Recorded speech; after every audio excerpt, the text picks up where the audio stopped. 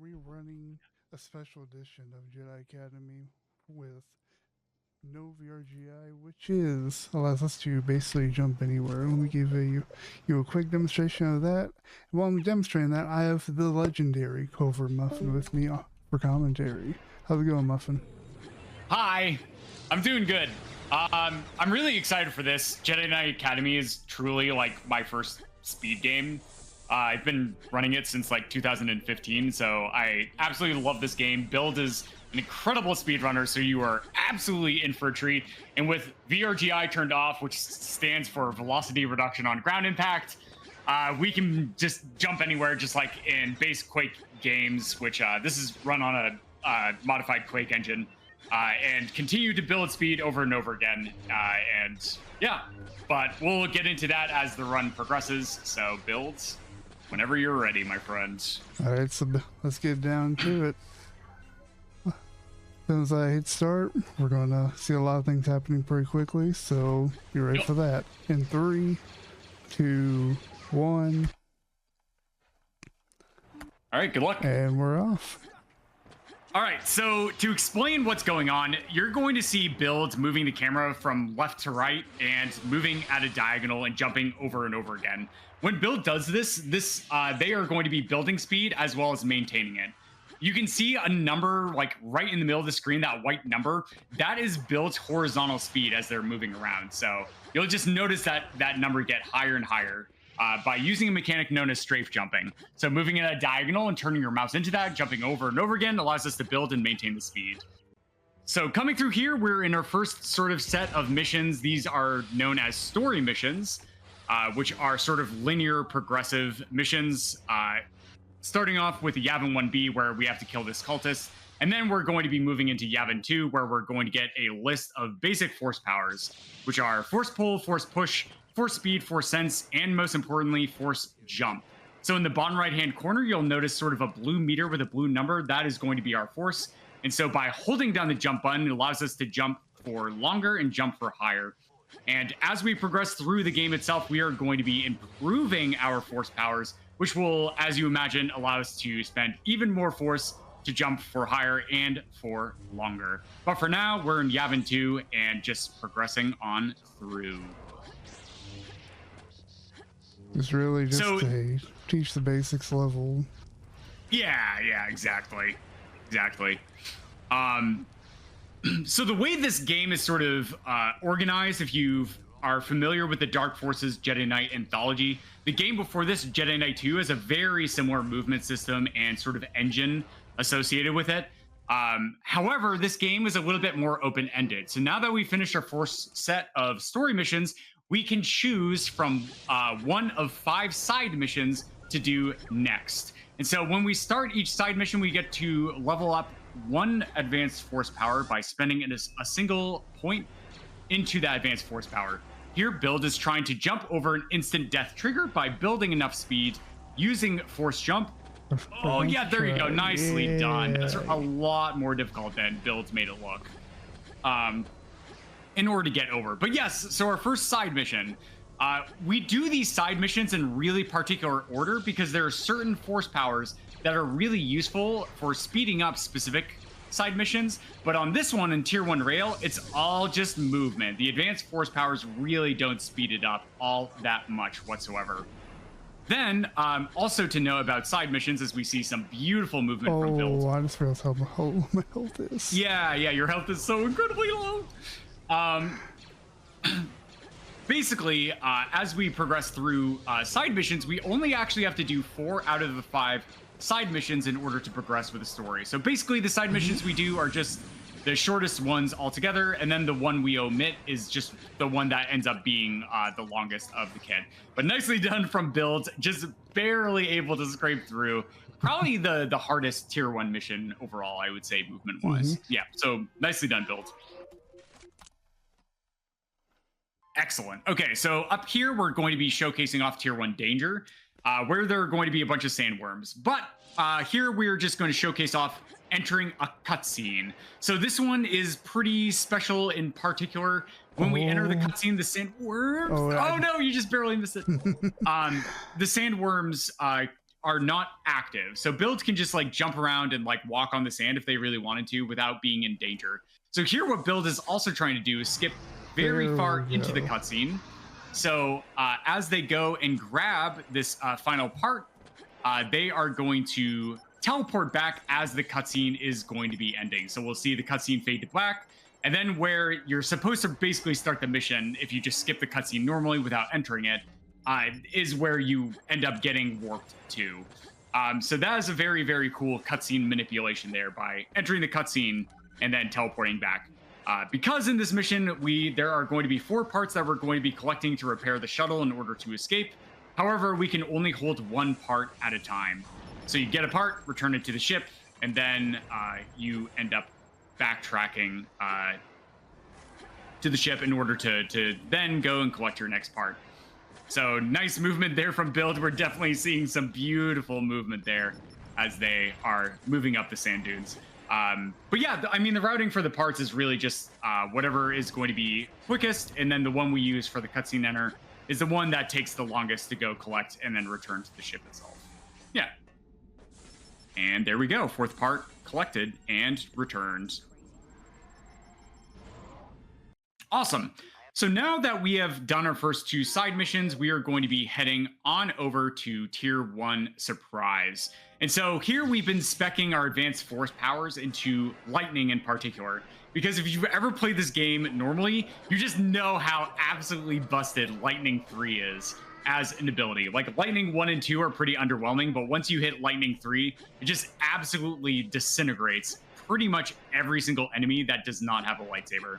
So here doing a really particular climb, Build is able to just climb on this pixels, nicely done, saving just about 30 seconds. Probably even less for Novi or GI, to be completely honest. But Build just made that look incredibly easy. Those pixels are very difficult. Then coming over here, Build is going to be crouching in the mid-air, nicely done, in order to barely peek into a spawn trigger to be able to spawn this droid here, which he is going to animation clip in order to activate. So activating the droid is going to basically cause the final 6 enemies to spawn on the map.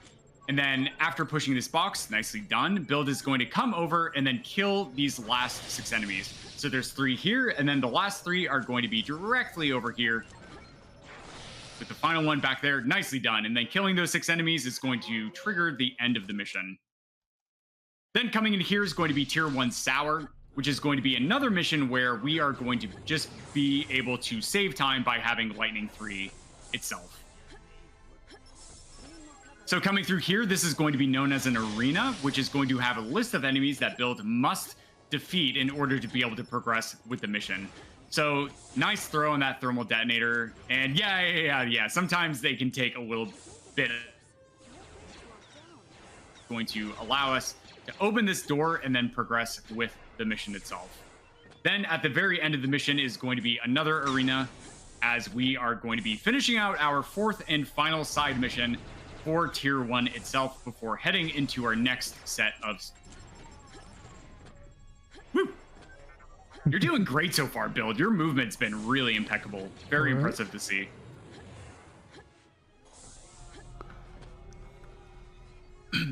Okay, so they're riding the elevator up. We're going to activate 2 switches in order to disable some tractor beams.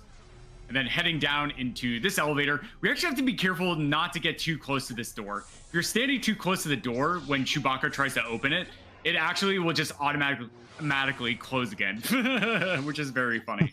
So Bill just making sure to stand far enough back in order to get through. Yep, nicely done. Those are the last 2 enemies. And now we are going to progress to our next set of story missions, which are going to be the 2 Hoth missions. So here we're going to be starting off on Hoth 2, which is going to introduce us to vehicles. And we're starting off with Hoth 2 because for some reason the developers ended up losing Hoth 1. Oh, we still to this day have no idea what happened to Hoth 1. But upcoming here is going to be the Tauntauns, which we're going to use for a massive sequence break, skipping the grand majority of the level, to be honest.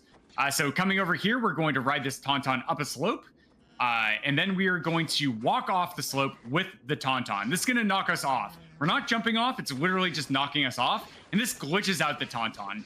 Now the deceleration of the Tauntaun is now much, much lower, which means we slide around. So here, Build is going to sit up, use a speed boost to slide up the hill, and able to get over the invisible wall first try. Nicely done. Woo! And now that just brings us directly to the end of the level, bringing us to our last tier 1 mission, which is going to be Hoth 3. Exactly. Yeah.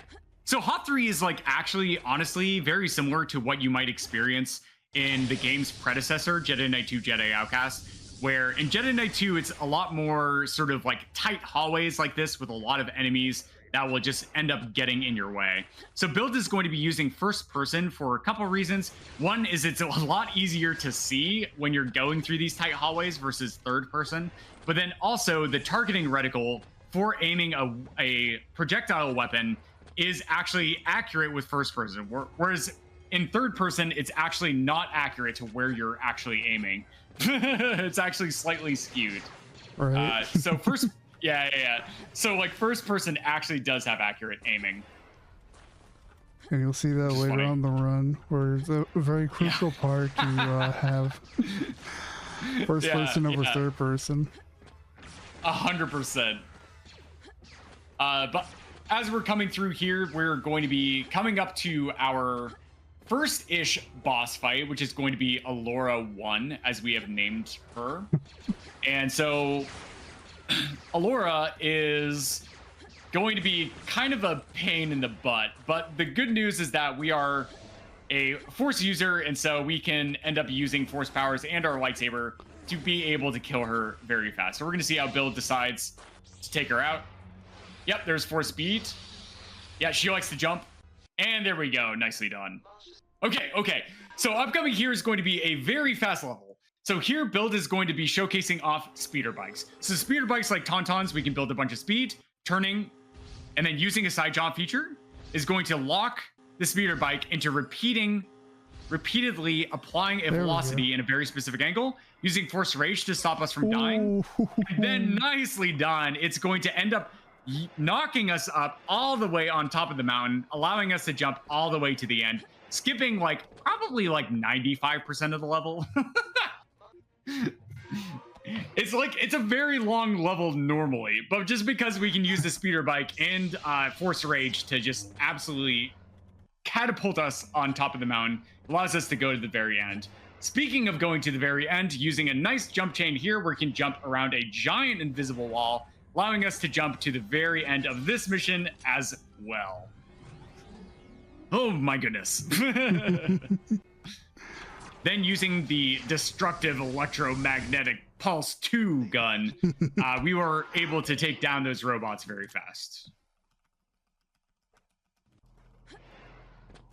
Oh.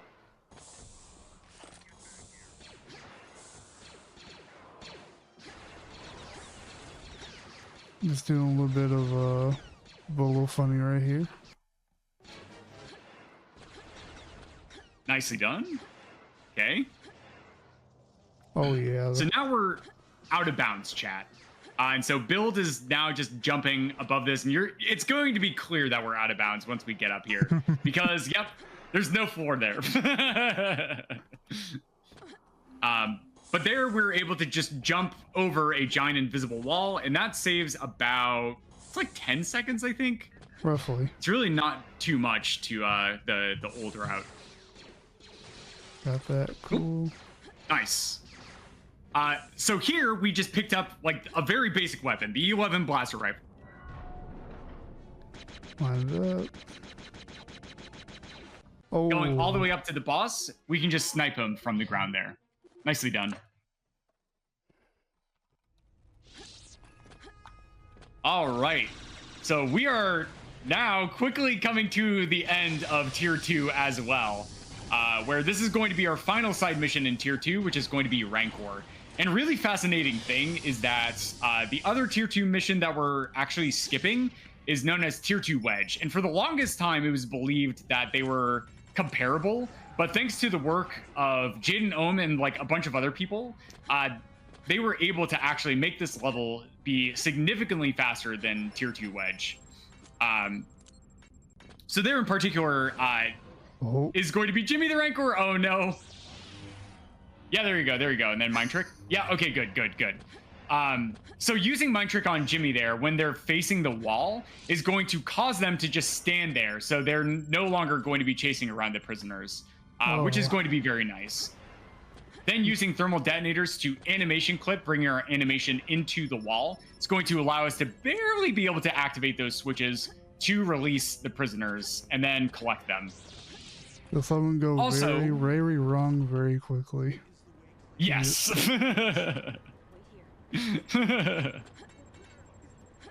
So also Build actually ended up killing off a number of the prisoners near the beginning of the level. And this normally causes a fail condition.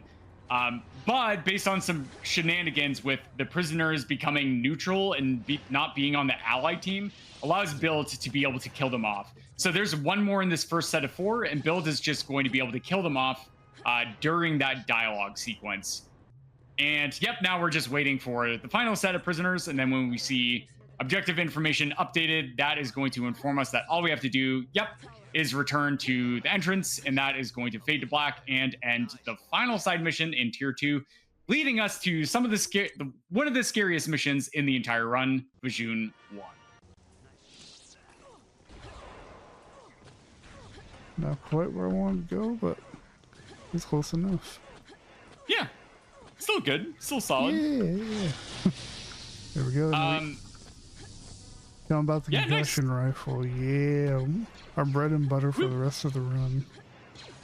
Yeah, so an interesting thing is that you get additional options to pick weapons based on the tier of missions that you're on. So in Tier 3, we are able to actually just select this gun, but in Tier 2, we're not. So killing an enemy there to be able to get it is going to allow us to collect the Stuker, which is going to be epic for building speed.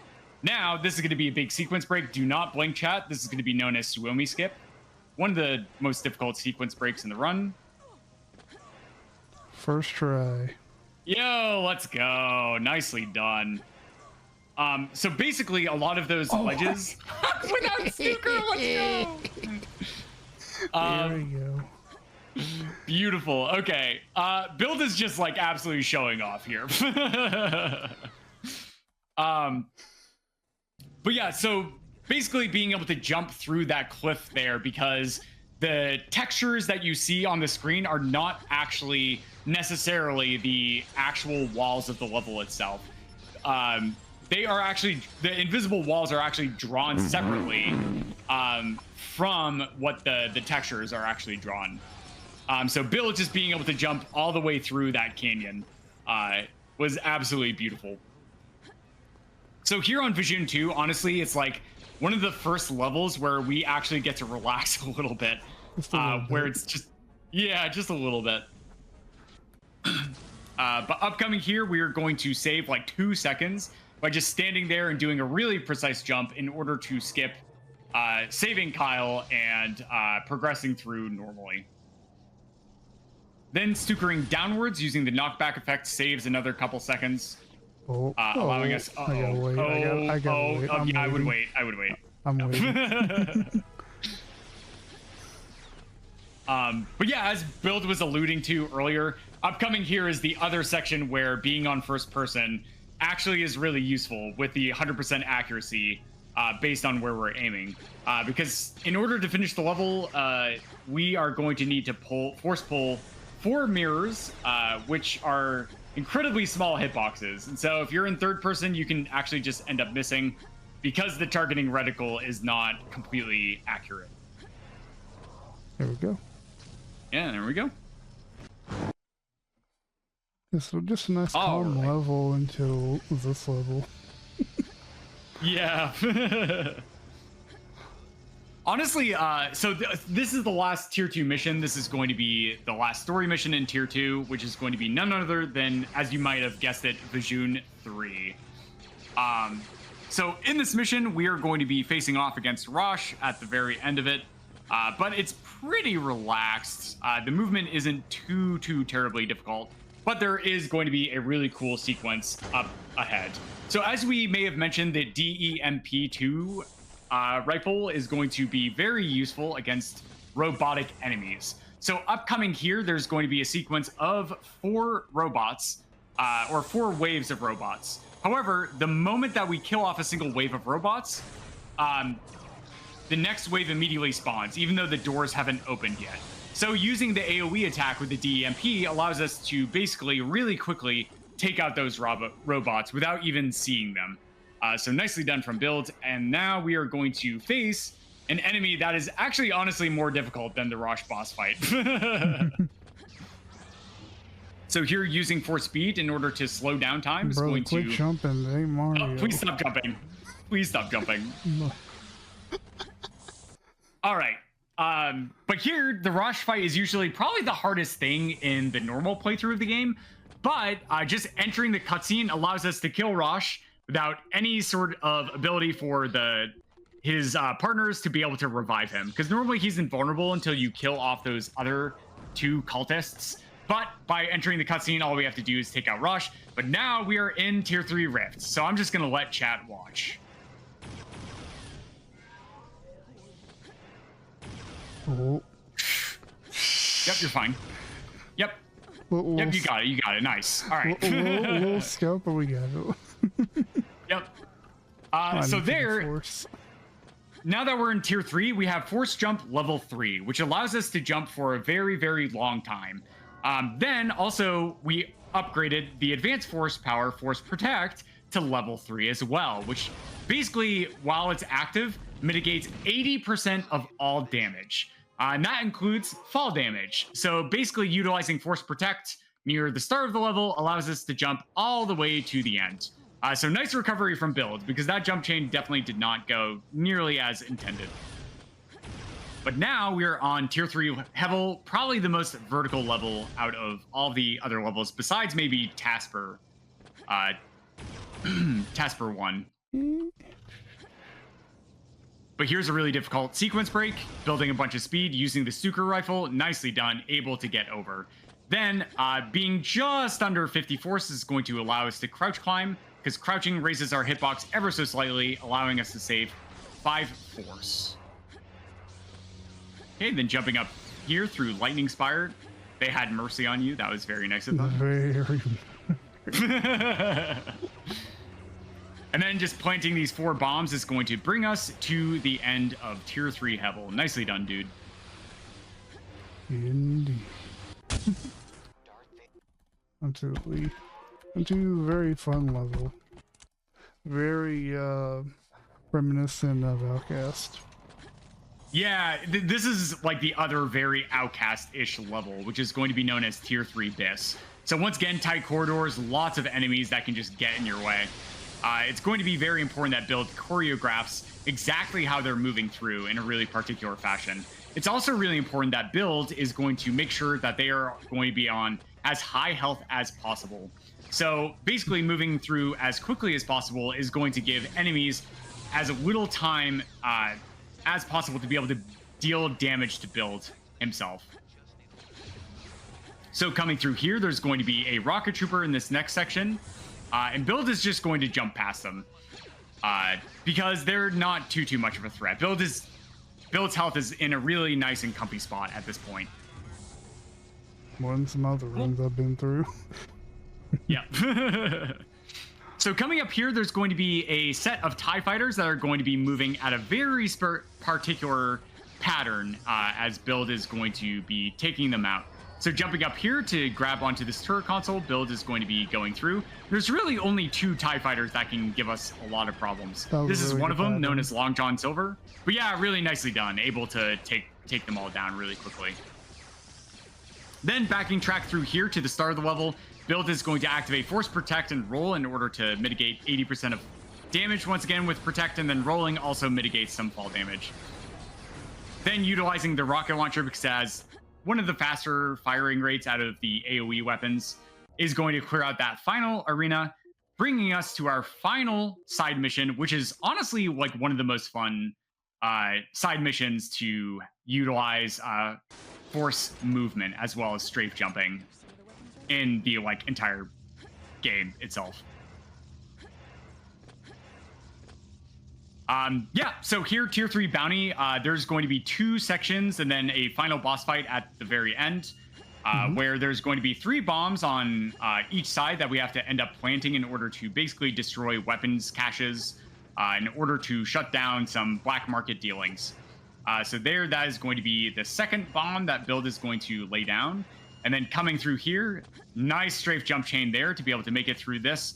And then there is going to be some really cool movement here as Build is now going to be returning to the center of the map and then progress onto the other side as well.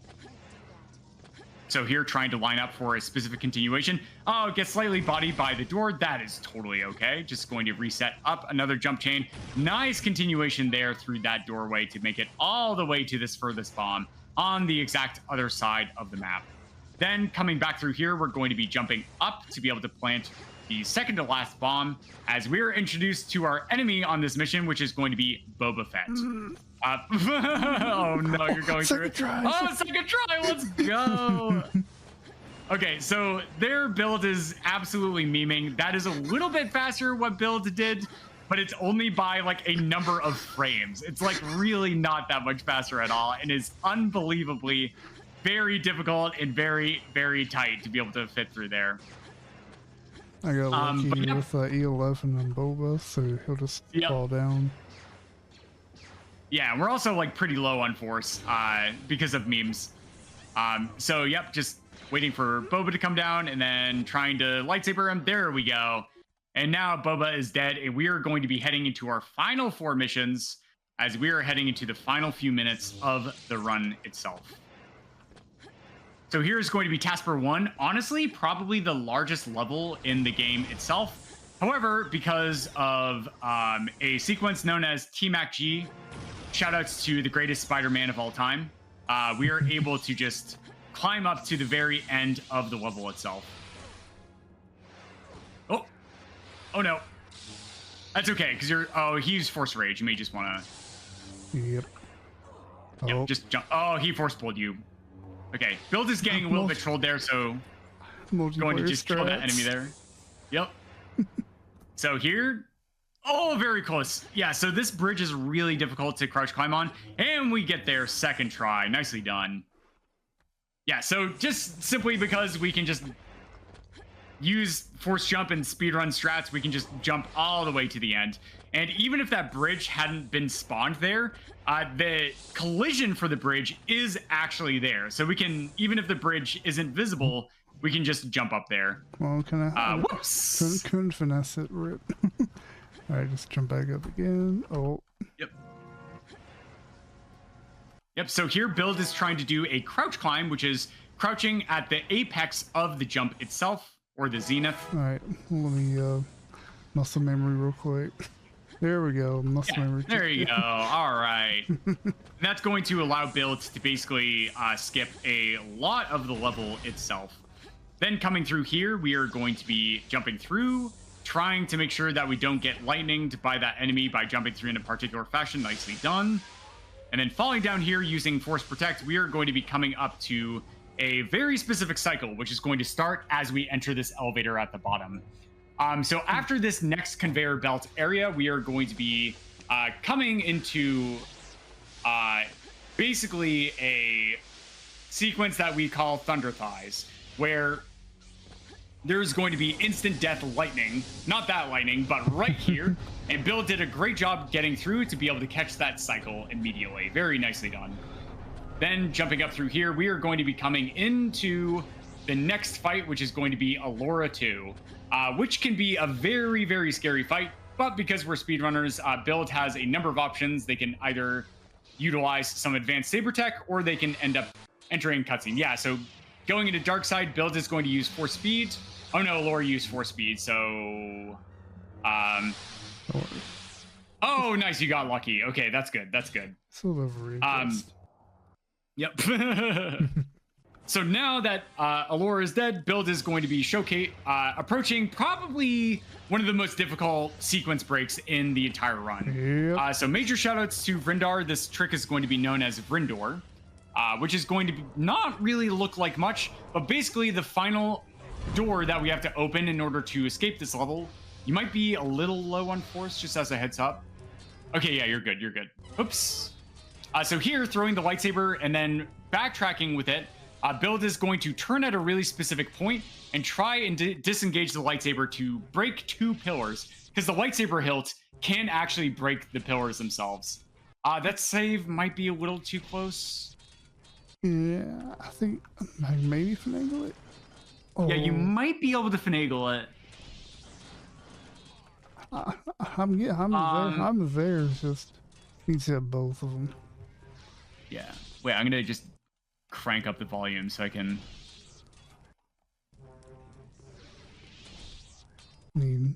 I think it's bouncing off of like right above the pillars.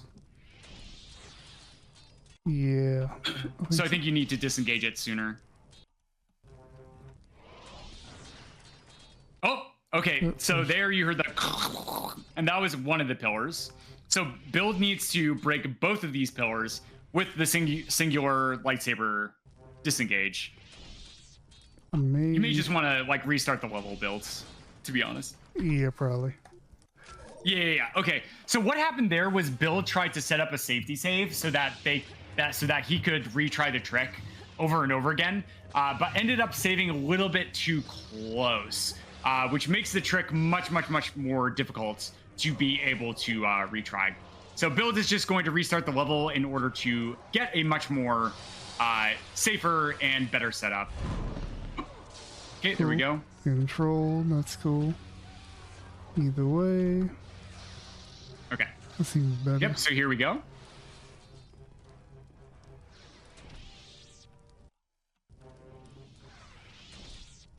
That save is much better. Yeah, I can also feel it.